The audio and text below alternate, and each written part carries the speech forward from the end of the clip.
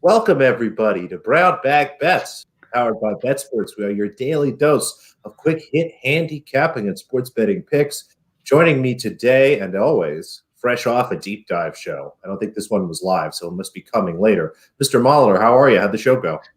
Good. Yeah, we recorded a very special interview, like literally just now on the deep dive. So putting it up on YouTube later. Look for that. That'll be a lot of fun. But yeah, busy morning for me here. We're back in the saddle. Nothing drives me more nuts than having a lean, like a hard lean, and getting scared off. And maybe for good reason. Ohio hadn't played forever and a day. And of course, Ohio steamed against them. Closed like a 2-point dog, won by 20. So if you did if you were feeling awful degenerate and played a couple bucks in Ohio, good for you. You made a couple bucks. I didn't bet much of anything yesterday, but I am excited to get involved in 2 golf tournaments this weekend. There's a decent one in Puerto Rico, one in Florida. The WT Adelaide rolls on. And as always, basketball lives on. And we're very close. Like, I probably will have a college basketball tournament preview very soon, within the next day or so. And I've been getting, also, again, thank you for everybody. I got a couple more DMs, some people that signed up for WinBet. Appreciate any and all support you can do there. So don't forget that you can still get your free hoodie and your free risk-free $500 or $1,000 bet, depending on which state, if you sign up for WinBet in Michigan, New Jersey, or Colorado. So with that, let's bet some sports, Alex. Let's jump in. We'll start with the association, because we've got a lot of basketball. The schedule is just going to be nuts. It's basically jam-packed until the hypothetical All-Star game. Fingers crossed they cancel that, folks. But we won't talk about that today. We'll start with a side I like, the Oklahoma City Thunder -2. This has actually moved a little bit against me. It's Oklahoma City -1 or even San Antonio -1, depending on where you check. I have the Thunder as a small favorite here. I actually have it right about 2.5, frankly. But this is San Antonio's first game back off a long break for COVID. I think this will be a slow start for them. We've seen teams struggle coming back off long breaks like that. So I'm happy to grab Oklahoma City here as the small favorite, or, right now, again, just as a small dog. So, my numbers like this, but I'm adding kind of the angle here again of that COVID break, them coming back and starting, probably with some rust. I played Oklahoma City -2. I might go back and maybe take a little bit of first half or even some first quarter kind of stuff later, to continue to kind of play on that theory. But for now, just Oklahoma City -2 or money line, if you've got anything, if you've got +1 or something like that. I like the angle, and I had kind of forgotten about that. There was they just had to hang out in Charlotte after they got the Rona. So hopefully, more good news about the vaccines and more vaccines coming out. So hopefully Rona breaks for any sports are fewer and further in between as we go forward. I'd be excited about that. Yeah, we love it. It was nice to see some fans. I mean, New York City has been one of the tightest cities, but they've actually started to have some fans there. So hopefully that is a positive sign of things to come. Speaking of being positive, Andy, I know how you love the overs. So we got an over for you here. Detroit, New Orleans. New Orleans has just been on an over tear lately. Overs in general have been doing very well. As I start to look at my numbers here, I know that we've had a couple close calls with Detroit, but I have this total closer to 226 myself. So would play this over 222.5, over 223. I think there's a lot of good stuff here driving us towards the over. I think we'll have a quick pace. Should be a competitive game, I think, hopefully with a lot of back and forth here. So happy to grab the over. Again, I would stop here probably at 223 is where I draw the line. You know how I feel about overs. I enjoy them a lot more. And just to balance things out here, we got to take an under. Charlotte's playing Phoenix here. It looks like Gordon Hayward is questionable. He hurt his hand last night. If he does play, I expect him to be really ineffective given the injury. It's tough to play basketball with a hurt hand, whether it be your offhand or your dominant hand. I mean, you got to dribble, folks. maybe they'll shoot him up with all sorts of cool stuff. But I think this will be a slow-paced game. Phoenix has been a great under team this year, and I'm happy to grab under 226 here. As I start to look at some of my numbers, I have this closer to 223, 222.8 or something like that, if I round correctly. So 226, I'd probably draw the line right there, maybe a little less, 225.5, but not much lower than that. How many games are there tonight? There are 9 games tonight. I was going to say it was a kind of a big slate. Maybe I'll have to get involved in some. These are the nights where I like to play a couple props. And again, don't ask me what to play. I don't know. I'm not originating props. I'm going to ask other people what to do with those. So if I'll send out some props a little bit later, probably, and then there'll probably be a few more plays. I'm waiting on a few things. I'll probably have a Toronto-Miami over before the day's done. I like it. I am back. I'm back to college basketball. I took the day off. I don't know how it's going to look going forward. Conference tournaments, obviously, a lot of overlap. There's a lot of games, but it doesn't look like we're getting the CBI, the NIT, the CIT, the Vegas 16, any of those shit tournaments. And I really don't bet a ton in the big tournament. I'll do a little rec betting, but my season might be coming to a close here pretty soon. So kind of sad, but and somebody did just say we're in the video, we are on opposite sides today. It's Wacky Wednesday, I guess. I don't know, man. So a couple I played. This is one I regret not playing last night, but I had a hell of a last night with some issues with my internet provider. So Tulane plus 11. This was 12.5 last night, and I'm pretty sad I didn't grab the good number, but this is, you can get 11s anywhere here. You know how I feel about Tulane. Tulane's my squad. I've bet on them quite a bit this year. A little bit underrated. This is a tougher one than most. A lot of these Tulane games have been betting them as a 4, 3, 5 point dog. They're a big dog. Memphis is very good. This is at Memphis. Memphis is one of the best teams in the American Athletic. They're the best defense in the American Athletic. They turn the ball over a little. They ain't great at free throws. That's what I'm looking for in a big favorite. Somebody's going to give my dog a couple extra possessions and then not hit their bunnies at the end for when Tulane does a bunch of fouling and we end up, lose by 8. Anything. So green wave that shit. That's what we're doing. I think this is in the same conference. Tulsa? I believe so. The Golden Showers, what are they? Tulsa Golden Hurricanes, Golden Waves. It's something water-based. They're all water-based in here. The Golden Hurricanes, Tulsa, Oklahoma. I'm backing them as a small-ass favorite, -1.5. This is another one I'm liking against another good, tough team. Cincinnati's tough. I think these teams are probably semi-middle of the pack. I don't look at standings all that much. Especially the middle of the AAC. Wichita's great. Houston's obviously very, very good. Memphis and SMU are tough, but then the rest is just kind of a mess until you get down to, Temple's pretty shit. I don't have to tell you that, Alex, but a couple of the middle of the pack. It's a bad year for the Owls. It is a really bad year. A couple of middle of the pack teams are in the AAC, and I don't have a lot to say about this. I just have them. I have Tulsa power rated a lot better. I would make this closer to -3, 3.5. So taking that, and then an extra game. This is one I had a lot of trouble finding as nobody was posting this morning. And one book was posting it. It wasn't somewhere I wanted to bet, which was kind of nice because they hung it at 3.5, and then when the outs I wanted to bet hung it, it was 3. So there has been a little steam on McNeese State. This is an ugly game. These are bottom feeders, absolute bottom feeders, not only in the college basketball landscape, but in their own conference. McNeese is bad. I think they're like 2-7, 2-8 in their conference. And Southeast Louisiana is just a middle of the pack team here. I make this closer to 5, although there's some trickiness when you're pricing some of these real low conferences. So I do usually show bigger edges in these conferences. I don't go nuts with them.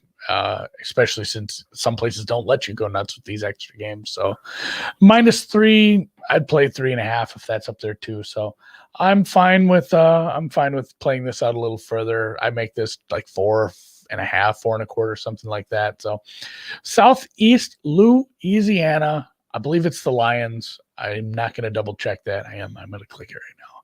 Yes, the Lions of Hammond. So this is a home game hosting McNeese, a team they have already beaten this year on the road by 4, and they're coming off it wasn't a convincing win at all. I think they hit a buzzer beater in their last game to win a game against another shit team. So that's it for today. As we get into conference tournaments, somebody did ask in the chat, will I be tweeting? Yes, I will be blogging over on the BetSperts app. I can post blogs there, which is awful nice.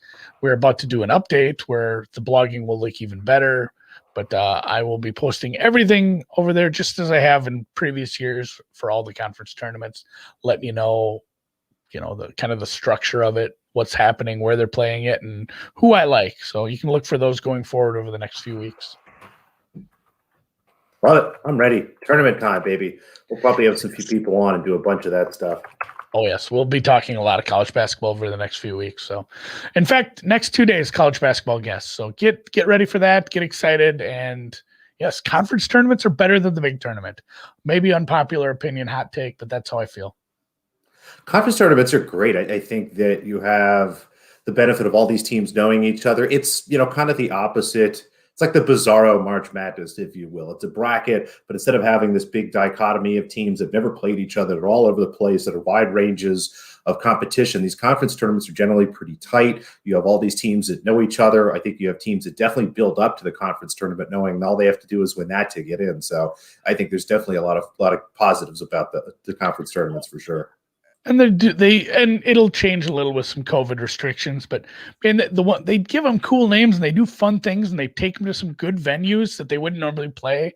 One of them does it in, I think it's maybe Horizon. Horizon used to be in Detroit and they called it Motor City Madness. That's moved now, but I still call it that. The one that does it in St. Louis is called Arch Madness. Like, they do have a lot of fun with some of these smaller conference tournaments. So looking forward to that. And I have no idea what those games are at. I'm assuming, should I check if there's afternoon games? I've kind of been digging these afternoon games, and only because I've been winning. Like, nothing feels better than winning a bet at like 1 in the afternoon, especially because then I'm a start fatalist. Your day up. You're good. I'm a fatalist because I sit in my spreadsheet and I select the entire row to look how much I have outlaid, and I'm like, all right, that's how much I could lose today. Like, I always look at that, and then once you get that first win under the belt, you're like, all right, that number just flipped. We're getting closer to 0 for the day. So I do like an afternoon game. I don't know if we have any of those. I'll double check. It looks like nothing for me, mostly evenings tonight. So once we get done with the evening, we will delve into the overnights, the overnight market, the overnight loveliness of women's tennis. What do you got? We'll start with a favorite here, Jill Teichmann. She's won a couple bets for us already this year, is playing Anastasia Sevastova. Sevastova, an older player, someone who I think is definitely carrying a back injury as you start to look into some of her press conferences and things. Tennis is a funky sport because injuries are really important. It's one-on-one, but it's hard to find any information. There isn't general reporting on it. A lot of it is doing social media homework. A lot of it is going through different interviews and kind of pulling those apart. I think Sevastova is kind of carrying a back injury for as long as she can. And I think at some point we're going to see her kind of bow out, have some surgery, and take the rest of the year off. So I'm happy to continue to fade her against players like Teichmann, who are going to make her run all over the court. She's going to move Sevastova left and right. Sevastova is also a player who, to be polite, struggles mentally.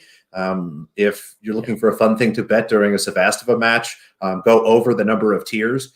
She cries just about every single time she plays. So I think Teichmann is just the absolute perfect player I'm looking for here. Someone who does have mental toughness, someone who isn't going to mind the power of Sevastova or the slice Sevastova might bring, and will have just about everything, just about everything needed to take care of Sevastova here. So a little juicy at 145, but happy to lay it. I make this closer to 165 myself. I'm sorry, minus 165. So some good value there. I would play this up to minus 150. Once you get to minus 150, take a look for games, minus 2.5 games, something like that might be better than playing any more juice. But I like Teichmann here. Yeah, I have no interest in that. I want a total. I want tennis overs. That's all I do is just play your tennis totals. And maybe I'll play this one too. But back to the well. Didn't we make this bet yesterday? We made this bet yesterday, and I think we made it on Monday. So if you've listened to the show this week and you're on the podcast right now, you can hit that little button and jump forward about 15 to 30 seconds because we're taking another Coco Gauff over here, over 21 games, over 2.5 sets, plus 160. Again, Coco Gauff, a young she dropped player, the opening great set last serve. night. Right. Really struggles to close out sets, but is very competitive. It's really fun to watch her. A very strong serve playing Shelby Rodgers, another player with a very strong serve. I think that both of these players are equipped to lose the first and come back and play a strong second. And at the very least, I expect to have one set here of 7-5 or 7-6. I'm going to be looking for – they didn't open these markets quite yet. But I'm going to look for over half a tiebreaker, or yes, there will be a tiebreaker in this match. The prices on some of those get to be a little wacky. So take a look around. If you have something like that, and it's plus 250 or better, grab some of that. I think we'll get a chance at like plus 300. Some of those books really screw up some of those numbers, but hasn't opened yet. We'll take the over 21 games and over 2.5 sets. Again, full unit on the 21, half unit on the 2.5 sets. So I think we'll be all right, even if it only goes 2. Yeah, I've been loving watching women's tennis just take, like, hoping for a long – well, actually, and the best part about this, and I guess it's the case with any over, once the over hits in the NFL, they're not taking those points away from you. It's there. You've made it, or any sport. But even, in tennis, just the way the math works, unless somebody retires at a certain point, you're like, all right, the first set had 12 games. And then once the person who lost the first set gets to a certain amount of games, the math just works out and you can just stop paying attention and hope you don't end up with a retirement. That is the best part about tennis overs, or unders in that case, when you get some double breaks. But I do love that part where it's like, all right, the math is the math, and we're there.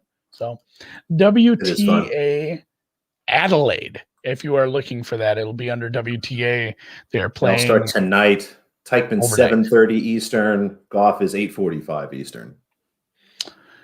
Oh, and I didn't make little fun banners for my golf.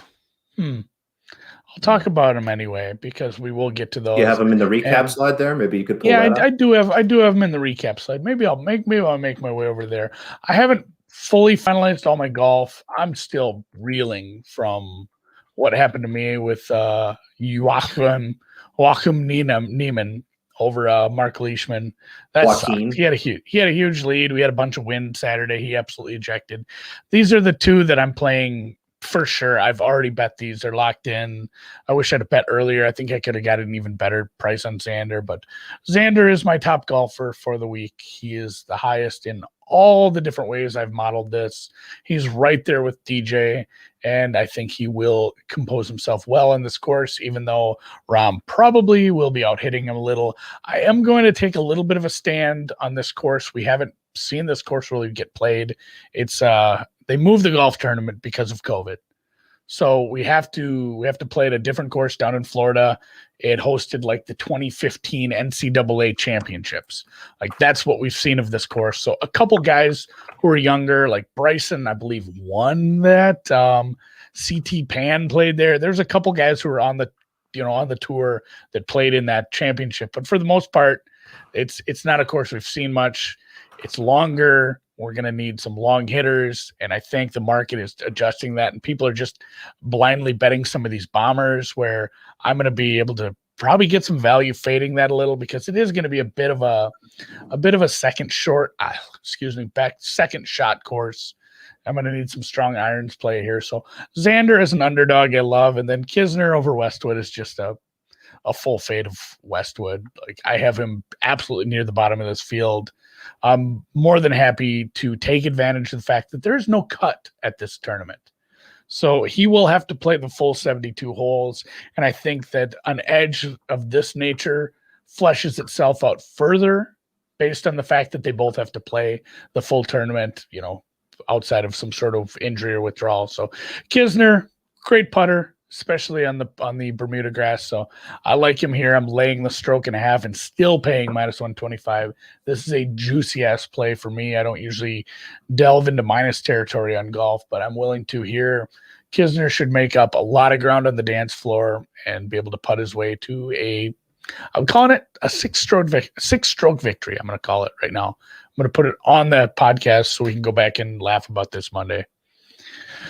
Either way, that's about it for me today. As always, follow us on the app. Even some of the golf stuff, the daily golf stuff that I don't post the plays on the app, I will post it in the feed. My thoughts on the golf tournament I'll be having over there. So I'm just Andy on the BetSperts app. He is, of course, Alex Christensen with no spaces. Watch this. We're going to flip each other back here quick. And yeah, follow us on the app. I'll post some player props for you guys tonight. And if I can find that tiebreaker bet, I'll post that as well. Just in a post, like you said, on the app. So you get a notification for that, just like you do anytime we put a pick. Yep. And again, if you have any questions, reach out to us. If you do sign up for WinBets and want your sweatshirt, reach out to me or the @BetSperts account, or email us. Any of those ways you can get your swag on. And recap. Thunder. What's this number now? It's right around. It's flipping across 0, basically. I like the Thunder -2 or better. It looks like you can get them +1. If it's +1, just take the money line. Take that money line. It's floating around above or below 0, depending on where you look. Yep. And the Pistons, Blake Griffin's Pistons, and the Pelicans, not so much. And the Pelicans over 222 and a hook. Charlotte and Phoenix under that number. I bet on a couple AAC teams who I often will mix up. Actually, from college football, somebody told me to bet. I don't even remember which one of these teams it was, and I bet the other one. They played like 3 days apart. I bet a Thursday game. They're like, that game's not today. Like, I bet Tulsa, not Tulane, I guess. So they both ended up covering that weekend. So they have a special connection to me. So it's special to me that I'm betting Tulsa and Tulane in the same day. Green Wave, Golden Hurricane, and, of course, the Southeastern Louisiana Lions of Hammond, -3. Tennis was Teichmann, if you can find a decent number yet. I know that's getting steam some places. And then Gauff Rodgers over the games, over the sets. If there's a tiebreaker, yes, over everything. Maybe over 38.5 games in this one. If you can get an alternate, get nuts with it. Don't do that. No. And then, of course, bet under. If you have 38.5, max bet the under. Well, price dependent, obviously. And then Xander over Rahm, Kisner. I'll guarantee you there's not 39 games. Over Westwood. And I will be putting out more golf as we get into the rest of the day here. And that probably wraps me up. And somebody does say I missed 2018, 2019, 2000 Niagara. I will say I got one of those free Visa gift cards for signing up for something. And I have a very strict policy. If I get one of those cards, I have to spend it on just stupid shit. So I usually keep a bunch of stupid shit in my Amazon wish list, like my private one, and I'll just go try to get as close to, I think it was $200. So I have a pair of Niagara gym shorts shipping my way, as well as one of those Brazilian good luck logs and a few other stupid things that I bought. So I'll show you sometime.